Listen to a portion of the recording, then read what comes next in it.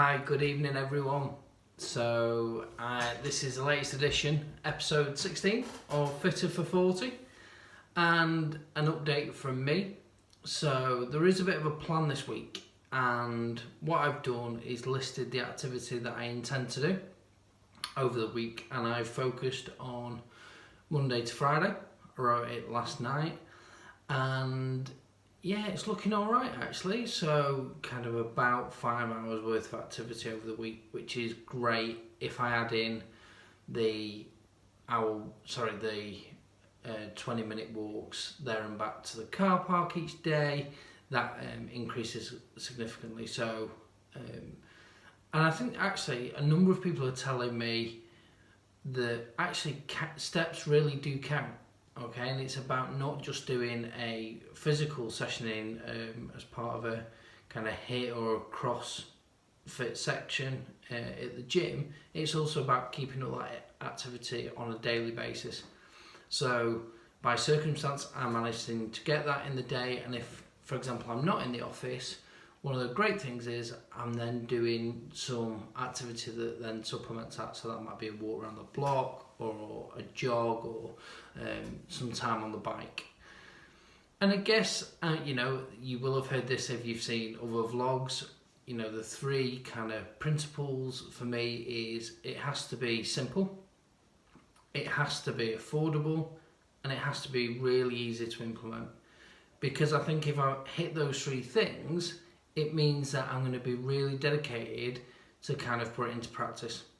So now, post Love Island activity or exercise, I'm going to do kind of about half an hour to 45 minutes on the bike. I was due to be playing football. I plan to do football this week, and I'll share the plan with you maybe on tomorrow's episode or the day after. But with the weather the way it is, it got cancelled. So it's like, what can I do that can still give me some activity and some of those gains without losing out? So I'm going to make the most of the next half an hour, 45 minutes. And I'm finding that that's working for me. What I started off saying from right at the start of this is, I changed my mindset from feeling guilty as a parent and particularly as a dad, saying, it's the time with my daughter, and then making the excuse that I can't exercise. And what I'm finding, particularly when I'm working throughout the week, is it's useful to then utilise time that doesn't impact on my wife and daughter. So doing it after they've gone to bed is working so far, and I'm pleased with how that's going. And then I'm just going to kind of assess that as we go on over time. So far working it well, and then at weekends, the routine and stuff will change. So far so good on that one. And then I keep speaking to people about just subtle mindset changes, and this might work for you if you want to try these, and if what you're doing works for you, then absolutely stick with it. Don't break something that's not broken. And the simple thing for me is, rather than saying I'm going to do exercise, I'm thinking about what activity can I do, which will be a combination of activity and exercise. So kind of the walking supplements, time on the bike, or time running, for example, or time doing weights, or time doing Pilates, whatever it might be. And then surprisingly, and more than I ever thought, and I don't know why, it's kind of illogical for me not to make this connection, is how big an impact food choices has. So rather than say I'm on a diet and I need to follow this plan, I'm saying what are the conscious food choices I'm making. And by saying that, so far I've found that it works. So every time I then come with a choice on what to have, I then make a decision. And it's the simplest thing in the world, but it's meant that I've made some really smart choices so far.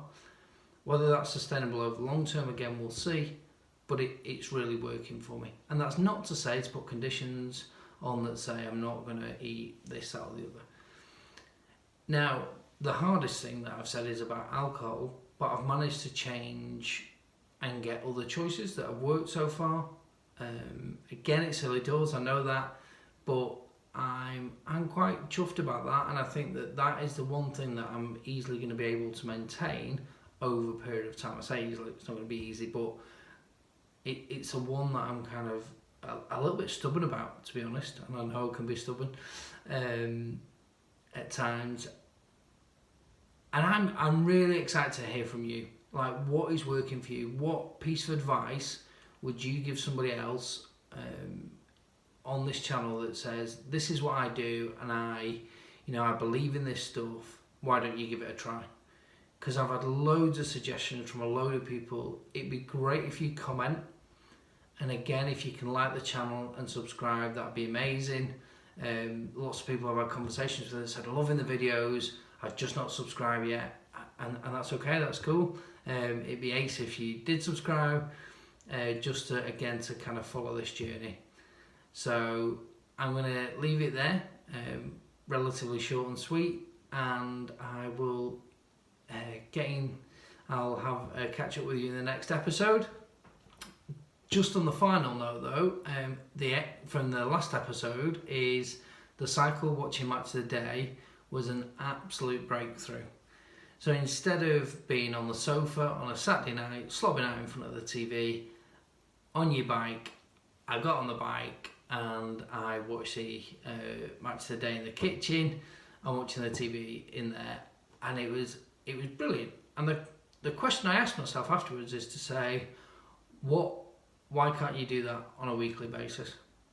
If you got into the routine of doing that, it'd actually make a massive difference. 90 minutes of exercise whilst watching something you love, and again, simple and just it becoming and that means I'm then freed up to spend kind of the Saturday doing family stuff, where I can be really present, really mindful in the moment with the girls, doing fun activity as a family.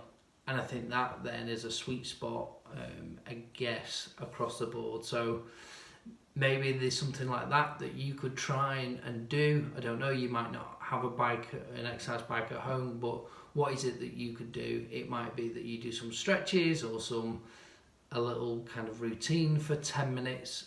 It doesn't have to be, treadmill or running. It could be something simple that you decide works for you.